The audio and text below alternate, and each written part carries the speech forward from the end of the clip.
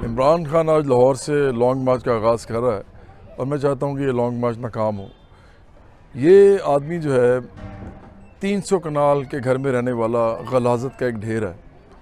ये पाकिस्तान का सबसे घटिया और गलीज़ आदमी है। इससे ज़्यादा गंदा आदमी पाकिस्तान में, सियासत में तो छोड़ें, पूरे पाकिस्तान में मैंने आज तक नहीं देखा।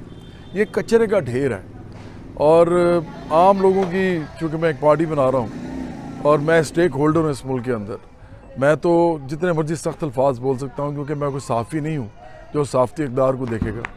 मेरी कौम का बेड़ागर कर रहा है, ये आदमी उनको गुमराह कर रहा है, तो मैं उसके बारे में वो सब बोलूँगा गाली दिए बगैर जो मैं बोल सकता हूँ। तो ये जो आम लोग हैं ना, जिनको ये गुमराह कर रहा है, ये आम लोग जो हैं, ये बेचारे, इतनी इनकी औकात नहीं है बेचारों की, ये 3 मरले का मकान बना सकें, 5 मरले के मकान में रह सकें, 10 मरले का मकान बना सकें, 1 कनाल का मकान बना सकें। मैं मिडिल क्लास और मेहनत कश दोनों की बात कर रहा हूँ। और ये लगे हुए पीछे इस आदमी के, जिस आदमी ने अभी लॉन्ग मार्च का आगाज़ किया ज़मान बाग से। ज़मान बाग में इसका 8 कनाल का घर है, नहर के ऊपर, अरबों की प्रॉपर्टी है। तो ये जो अरबपति लोग हैं, इनके पीछे लग के आम लोग जो हैं वो पागल किए हुए हैं। ये तारीख में बार बार होता है। ये अशराफिया के लोग होते हैं, ये आते हैं गरीबों को जो है वो गुमराह करते हैं, अपने साथ लेके चल पड़ते हैं।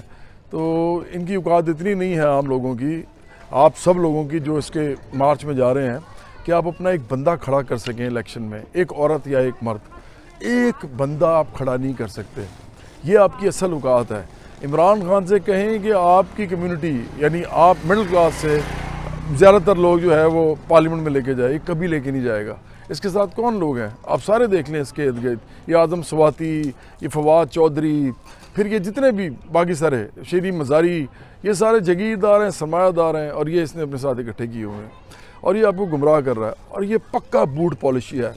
ये आर्मी का आदमी था, आर्मी के साथ इसने ये सब कुछ किया, फिर आर्मी ने आखिरकार समझ लिया कि नहीं अब ये ठीक नहीं है, तो उन्होंने हाथ खींच लिया अपना, क्योंकि पाकिस्तान का बेड़ागर कर रहा था। इसने कहा था मेरे पास टीम होगी, ये होगी, वो होगी, लेकिन हमें इलेक्शन की तारीख चाहिए। तो तारीख तो आप पहले भी मांग रहे हैं लेकिन डिमांड पूरी नहीं हो रही। अब जब कौम जाएगी इस्लामाबाद की तरफ, इनका बाप भी तारीख देगा। मैडम ये बताइएगा, कल की प्रेस कॉन्फ्रेंस के बाद कोई फर्क पड़ेगा लॉन्ग मार्च में? मैडम ये बताइएगा, कल की प्रेस कॉन्फ्रेंस के बाद लॉन्ग मार्च पे कोई फर्क पड़ेगा? आज आप लोगों का कारकुनान का जोश, हमारा जोश और बढ़ गया प्रेस कॉन्फ्रेंस के बाद। मैडम